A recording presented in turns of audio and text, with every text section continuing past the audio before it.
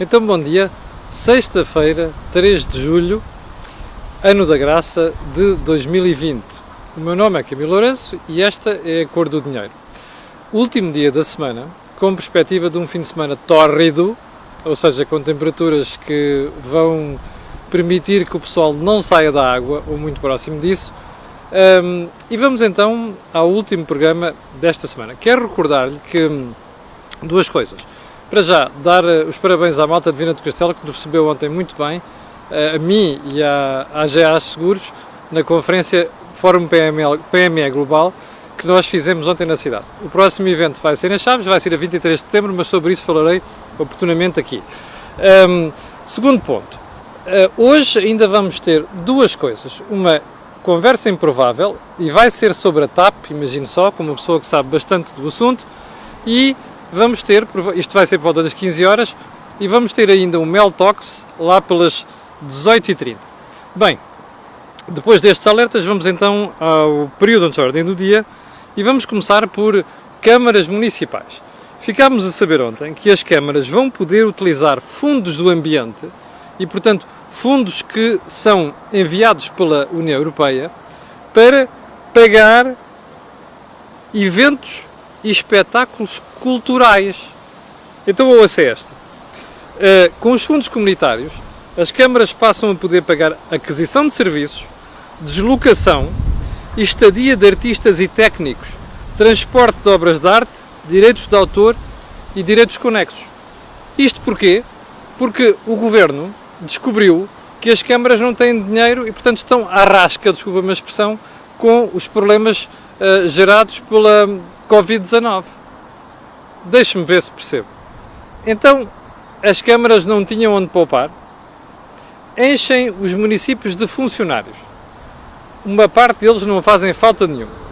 Gastam dinheiro em obras faraónicas, ok?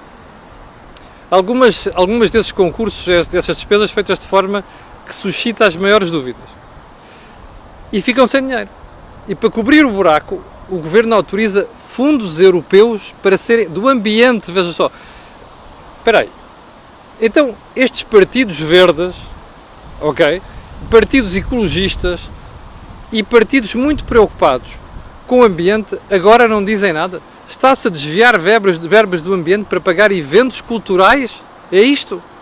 Bom, está a ver porque é que eu estou preocupado com a questão dos fundos que vêm aí de Bruxelas e a possibilidade de termos fundos sem sindicância, ou seja, sem condicionalidade, é para evitar estas coisas. Nós somos péssimos utilizadores dos fundos que nos entregam, percebe? E isto é o melhor exemplo. Isto é um escândalo, percebe? É incrível como a pessoa não abre a boca para condenar uma botada destas. Segundo ponto. Pedro Sánchez, em Espanha, admitiu claramente aos seus cidadãos que os impostos vão subir. E vão subir por causa da crise económica, e vão subir porque o governo espanhol ficou sem receita e não pode deixar de disparar, não só o déficit orçamental como a dívida. Veja a diferença para Portugal. Você continua a ter um Sr. Primeiro-Ministro e um Ministro das Finanças que juram a pé juntos que não vai haver aumento de impostos e o diabo 4, que não há austeridade e por aí adiante. Você, entretanto, já percebeu que houve 192 mil empregos que foram para o galheiro. Percebe? Já percebeu que mais 50% das famílias portuguesas sofreram redução dos rendimentos. E continua a jurar que não há austeridade. Pelo menos fica registada aqui a coragem em Espanha. O Parlamento Alemão aprovou a compra de dívida por parte do Banco Central Europeu. Grande chapada do Parlamento Alemão nas pretensões do Tribunal Constitucional, Tribunal de Karlsruhe. Repare como a senhora Merkel já se pôs ao lado do BCE, repare como o governo alemão em geral já se pôs ao lado do BCE e agora é o Parlamento alemão. Portanto, isto é um belíssimo sinal, uma indicação da solidariedade alemã, e já agora aqueles que passam um tempo a insultar a senhora Merkel e a Alemanha deviam tomar nota disto também. Ponto seguinte, eu não sabia disto ontem, fui alertado por vários espectadores, escapam muitas coisas às vezes, ainda bem que tenho espectadores atentos, que me vieram dizer o seguinte: então você não comenta o facto do Dr. Rui Rio ter proposto o fim dos debates quinzenais no Parlamento? Bem, eu tenho muitas dúvidas quanto ao formato e tenho há muito tempo, mas há uma coisa que eu sei, apesar de ser incompleto, apesar de não ser perfeito, o debate quinzenal serve para nós fazermos o check a qualquer governo, percebe? Expliquem-nos lá o que é que andam a fazer, é um palco por excelência, as televisões, as rádios, os jornais fazem cobertura daquilo e, portanto, é uma forma de nós portugueses ficarmos a saber o que é que os governos andam a fazer e serem escrutinados, percebe? Bom, eu não consigo perceber esta ideia do PSD, o Dr. Rui Rio. Deve ser seguramente porque ele acha que já tem palco em tudo e quanto é alguma coisa, e mais alguma coisa, para fazer passar a ideia, a voz da oposição para o país. Só pode ser por isso. Mas, entretanto, fico preocupado. Sabe porquê? Porque nós estamos num momento difícil da nossa vida coletiva. Não só a nível económico, mas a nível social. E como você tem reparado, nos últimos 6 meses, o Governo está a fazer tudo, coberto de estados de emergência e estados de calamidade, para abusar do poder. Ainda ontem fiquei a saber, também não sabia disto, que a doutora Mariana Vieira da Silva terá admitido que o Governo vai monitorar ódio na internet. Como? Monitorar? Isso fazia a antiga PIDE, ex-DGS, não é? Então, é competência do Governo monitorar a internet? Nossa Senhora! Bom, está a ver o problema? É que vai entroncar aqui, ou seja, o Governo está a abusar do poder, está a tomar decisões complicadas, não tem escrutínio, tem pouco escrutínio, e o Dr. Rui faz esta proposta nesta altura. É claro que o PS, quando o viu, esfregou as mãos de contente, não é? Só podia ser. Às vezes fico-me a perguntar o que é que passa pela cabeça do Dr. Rui Rio. Bom, os advogados oficiosos, que são aqueles que, quando nós não temos ninguém para nos defender, o Estado no meio, tiveram um aumento de 8 cêntimos no seu salário, e isto ao fim de 11 anos. Oh, Senhora Ministra da Justiça, a senhora é muito boa, não há dúvida nenhuma. 8 cêntimos ao fim de 11 anos. Eu acho que o bastonário desta classe faz muito bem em impugnar esta marmelada. O nome é mais feio. Então vamos lá ao programa de hoje, ao menu de hoje, menu principal. Nós somos um país do caraça, já reparou? Quando fazemos logo em grande. Ontem tivemos a surpresa de ter no molho das nacionalizações 2 empresas. Estávamos à espera primeiro da TAP, depois não saiu a TAP, saiu a IFASEC. E depois, a seguir, à noite, já noite entradinha, vinha eu de viagem, aliás, de Viana do Castelo para Lisboa, e ouvi então o Dr. Pedro Nuno Santos e o Ministro das Finanças virem anunciar a tão propalada compra da TAP pelo Estado. Felizmente não houve nacionalização nos termos em que estávamos a pensar, embora a diferença do ponto de vista das consequências não vá ser muito grande. Bom, então vamos lá. Há uma coisa que lhe quero dizer desde já. Vou separar a IFASEC disto. Você já vai perceber porquê. Mas quero lhe dizer já a partir de uma coisa. Quem ganhou nesta marmelada da TAP foi um senhor chamado David Neeleman. Não tenha a mais pequena dúvida.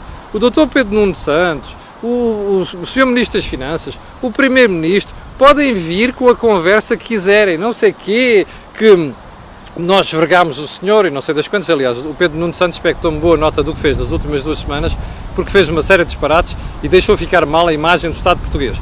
Porque mostrou que o Estado português está literalmente de joelhos, mas de joelhos, perante os acionistas privados da TAP. E mostrou como é que o contribuinte português pode ser sovado por inépcia do Governo neste tipo de processos. Bem, e quem ganhou foi o Sr. Neeleman. Porquê? Porque, repare, o Sr. Neeleman meteu pouco dinheiro na TAP. Fez uns suprimentos, não sei o quê. Há ali uma história com aviões A350 que tinham sido encomendados à Airbus, que depois, como tinham uma procura muito grande, havia outras companhias que queriam, a TAP foi das primeiras, foi o Fernando Pinto que fez a encomenda, que depois a TAP desistiu desses aviões e alegadamente, são informações que circulam por aí há 2 anos ou 3, aliás, há mais, e a Airbus terá compensado a TAP e a TAP acabou por ficar com outros aviões que tinham menor procura e, portanto, o preço era inferior. E esse dinheiro encaixado, diz-se, terá servido para o David Neeleman fazer algumas operações, inclusive a compra da TAP. Mas o problema não está aqui. É que, repara uma coisa, a TAP está falida. Como o próprio Ministro das Infraestruturas reconheceu ontem, a TAP tem capitais próprios negativos superiores a 500 milhões de euros. Eu até suponho, aliás, eu suponho não, tenho a certeza, percebe? Vou afirmar aqui, tenho a certeza que neste momento a TAP tem capitais próprios negativos superiores a 700 milhões de euros. percebe? Bom, qual é o ponto? A dívida da TAP são astronómicos 3 mil milhões de euros, percebe? Foi o valor que custou a venda da EDP aos chineses da Trigogers durante o governo da Troika. Bem, repare uma coisa. É esta empresa que vem parar para as mãos do contribuinte. Podem dizer o que quiserem, percebe? Que não houve nacionalização, não sei quantos, de uma boa solução, mas qual boa solução? Eu acho que o Pedro Nuno Santos nem sabe no que está a meter. Portanto, o que você tem é um senhor que está a ver o transporte aéreo pelas ruas da amargura, está a ver o maior guru de investimento em bolsa despejar ações de companhias de aviação, que foi o Sr. Warren Buffett, como eu lhe disse aqui há cerca de um mês e meio. E agora, você olha à volta e diz assim, poça, caramba, o transporte aéreo é o pior sítio para estar em negócios, não é agora em 2020, não é 2021, é nos próximos anos. Ora, é essa empresa que o Estado português compra para nos colocar ao colo, 72,5%. Diga-me uma coisa, o Sr. Neeleman tinha dinheiro para meter nesta empresa e recuperá-la? Não tinha. A prova mais evidente é que a TAP vai precisar de aumento de capital. Os senhores privados não vão lá. A prova mais evidente é que a TAP precisa de 1.200 milhões de euros. Vou-lhe dizer aqui, jurar com a certeza precisa de mais, ok? E é esta empresa que o Sr. Neeleman olha e diz assim, epá, espera aí, eu fiz aqui um braço de ferro, saí muito bem desta marmelada e ainda vou sair com 55 milhões de euros no bolso. Porreiro, pá, eu acho que isto é digno de bater palmas ao Sr. Neeleman, percebe? E dizer assim ao Dr. António Costa, ao Pedro Nuno Santos e ao Ministro das Finanças, são uns totós, vocês. Não, não são totós eles, os totós somos nós, sabe porquê? Porque a gente vota em governos e revota em governos que fazem estas coisas. Esta brincadeira vai-nos cair em cima. Bom, mas continuemos. Você tem noção de quanto é que a TAP vai perder este ano? Já no primeiro trimestre, sem efeito total da pandemia, são 395 milhões de euros. Já sabe das contas, eu já tenho uns números do período que estamos a viver, ok? Sabe quanto é que a TAP vai perder este ano? Bom, sabe quanto é que a TAP vai perder em 2021? Pergunta, você acha que a injeção de 1.200 milhões é a única injeção que vai haver na TAP este ano? Não é. Vai haver outra no próximo ano.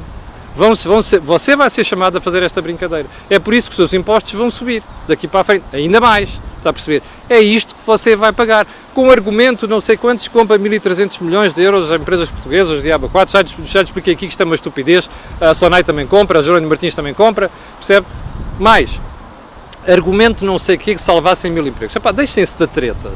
Normalmente os governantes, quando querem justificar estas coisas, dizem as maiores mentiras, os maiores disparates, inclusive manipulam números, como eu lhe mostrei aqui em relação aos números de passageiros que a TAP traz para Portugal e o Diabo 4 foram totalmente falsificados, entre aspas, pelo Dr. Pedro Nuno Santos. Bom, isto não é admissível. Bem, e agora, voltando à TAP. Bom, o Sr. Ministro das Finanças veio dizer que a TAP, repare, são 72,5% que passam para as mãos do Estado. Vem dizer que isto não vai afetar muito a dívida pública. Não vai, vai. Isto vai ao déficit e vai à dívida. Bom, o efeito não vai ser muito grande. O que é que isso interessa? O que interessa é que vai ter efeito, percebe? O que interessa é que nós vamos pagar esta marmelada. O ponto é esse. E já agora é assim, o pessoal anda para aí com esta conversa toda de nacionalizar, não nacionalizar. Eu estou farto de lembrar isto aqui. Oh, meus senhores, com a nacionalização ou não, a atual situação da TAP, somos nós que a vamos pagar. Os 1.200 milhões de euros, mais agora a nacionalização. E sabe qual é o problema? Você sabe quantos sindicatos existem na TAP? Sabe? Bom, lembra-se dos conflitos que a TAP tinha. Agora imagina o que é isto nas mãos de um governo, não é? Portanto, logo se aproximarmos as eleições, qualquer um dos sindicatos faz uma birra qualquer, é um sarilho, os governos têm de ir atrás, como as câmaras municipais em relação aos transportes públicos metropolitanos, percebe? Este é um ponto. E já agora, para terminar esta conversa, daqui a 3 ou 4 anos, ou 5, o Pedro Nuno Santos já não está ali, o António Costa já não está ali, o João Leão já não está ali. E quem é que vai continuar aqui com aquele fardo às costas? Somos nós, obviamente. Está a ver o problema da empresa? Está a ver o problema que lhe colocaram em cima dos ombros? Bom, você vai se lembrar destas palavras lá para o final deste ano, quando vir os resultados da TAP, e vai se lembrar disto no próximo ano. E eu espero estar aqui depois para comentar isto. Bom, então agora vamos à segunda empresa, Efacec. Espera aí, eu ainda me lembro, deixa-me lá ver se tenho aqui até, ainda me lembro da figura que este governo fez. Olha aqui, lembra-se este senhor? Manuel Caldeira Cabral, ex-ministro da Economia. Olha quem está ao lado dele, Isabel dos Santos. E olha quem está ao lado dele também. Gestores da EFASEC, não é? Bom, está ali o marido da senhora Isabel dos Santos. Quem é que andou com este senhor ao colo? Quem é que andou com a investidora ao colo quando a senhora decidiu comprar a EFASEC? Fui eu? Não, foi o Governo. Foi o Ministro da Economia, muito prezado pelo Sr. Primeiro-Ministro, Manuel Caldeira Cabral, meu ex-colega de jornalismo económico. Não é? Bom, vamos esquecer isto. Espera, o Governo agora faz de conta que não é nada consigo. Não percebeu nos últimos meses a situação em que a FASEC estava. Os problemas financeiros da Sra. Isabel dos Santos, os problemas legais da Sra. Isabel dos Santos, os problemas judiciais da Sra. Isabel dos Santos, puseram a FASEC a jeito. Perdeu concursos, deixou de ir a poder concorrer a concursos, teve problemas com a banca, a própria banca estava entalada com a própria FASEC. Descobriram isso agora? Bom, valha-nos o menos que é o decreto de nacionalização da FASEC prevê logo a sua revenda. Eu já lá vou à posição dos sindicatos. Prevê logo a sua revenda. Bom, ainda bem. Mas há agora uma coisa que fica por operar nisto tudo. Você, como contribuinte, sabe quanto é que vai pagar pela FASEC? Não sabe, pois não. É que a avaliação não está feita. Está a ver como é que se fazem as coisas em Portugal. Isto é de um amadorismo atroz, percebe? Isto, agora, é claro que depois vem dizer, emergência e tal. Pois está bem, mas deviam ter pensado nisto mais cedo. Está a ver? Deviam ter preparado isto mais cedo. E o ponto é este, é que você vai comprar uma empresa, você contribuinte ainda não sabe quanto é que vai pagar por ela. Está a perceber? E já agora os sindicatos. Eu ontem ouvi coisas inacreditáveis. Desde sindicatos e gente ligada ao Bloco, ao PCP, sindicatos, a dizerem os maiores disparates. Que não sei quantos, ainda bem, mas entretanto não deviam vender. Eu ouvi uma senhora do Bloco de Esquerda, uma Isabel Pires, dizer que o interesse privado era necessariamente lesivo do interesse público. Eu não sei onde é que esta menina tem a cabeça. A EFASEC não é para estar nas mãos do Estado. O Estado não tem vocação para gerir aquelas coisas e aquelas empresas. A EFASEC tem de retornar rapidamente para o setor privado. Bom, vamos ver. É agora a complicação judicial que vamos ter aqui. Complicação jurídica. Porque cheira-me que a senhora Isabel dos Santos vai utilizar vários argumentos, provavelmente nem todos válidos, para estar a cair em cima do Estado e para poder embrulhar ainda mais esta brincadeira, percebe? Portanto, veja só a forma como a gente faz estas coisas. Um governo que em 2017, ou não sei das quantas, acolhe a senhora muito bem, com o Ministro da Economia ao lado, e agora o mesmo governo que neste momento vem dizer que nacionaliza a empresa para salvar a empresa, com aquele argumento que emprega 2.500 engenheiros e tal. Bom, com a falta de engenheiros que há em Portugal, se houvesse um problema com a empresa, eles tinham um emprego de certeza. Agora, é uma pena perder uma empresa assim? É, mas não devia ser o Estado a fazer isto, percebe? Bom, deixa-me voltar à TAP. Você recorda-se de eu lhe ter dito aqui, durante várias semanas, alertado para o problema das negociações entre o governo português e Bruxelas, por causa da TAP. E disse que estavam a viver dificuldades. Bom, então já percebeu quais são estas dificuldades, não são? Repare, o governo chegou a Bruxelas e diz assim, eu tenho uma empresa com problemas. Que se gravar agora com a Covid-21 preciso de ajuda. E Bruxelas foi olhar para as contas da TAP e disse espera aí, não. Esta empresa não estava bem. Esta empresa não tem um problema chamado Covid-19. Esta empresa já tinha um problema chamado Covid-18, Covid-17, Covid-16, Covid-15, percebe? E já vem de há décadas. Portanto, está em má situação financeira. Não. Vocês não vão utilizar os fundos que nós vamos destinar para a Covid, para resolver o problema da pandemia, para a TAP. Vocês vão reestruturar a TAP. E já agora uma coisa, a maltinha da TAP que andou a pedir intervenção por tudo e mais alguma coisa, vai-se arrepender. Vou-lhe garantir que se vai arrepender. Porque as medidas vão ser difíceis, é uma reestruturação, e isto vai dar cabo da TAP como a gente a conhece, percebe? Vai perder slots, vai perder aviões, vai perder gente e vai perder ambição, percebe? Aliás, era bom que escrutinassem muito bem a gestão da TAP nos últimos 3 anos, porque suspeito que alguma coisa foi feita com outros objetivos, percebe? Era bom, mas era mesmo bom que os seus deputados olhassem para isto, está a perceber? E era muito bom que o Tribunal de Contas olhe para várias coisas que se fizeram ali. Porque há ali muita coisa que suscita as maiores dúvidas, inclusive do ponto de vista estratégico. Bem, lembra-se que eu lhe ter dito ontem, oh meu Deus, já vamos com 19 minutos, que o Conselho de Finanças Públicas tinha arrasado o orçamento suplementar. Arrasou e arrasou bem. Diz uma coisa muito importante. Primeiro, as previsões que vocês têm são muito otimistas. Bom, e depois diz outra coisa importante que é para desfazer a retórica do Governo, que tem a mania de mentir nestas e noutras questões. O Governo diz que, o problema do déficit e dívida que aí vem a Covid. Não é.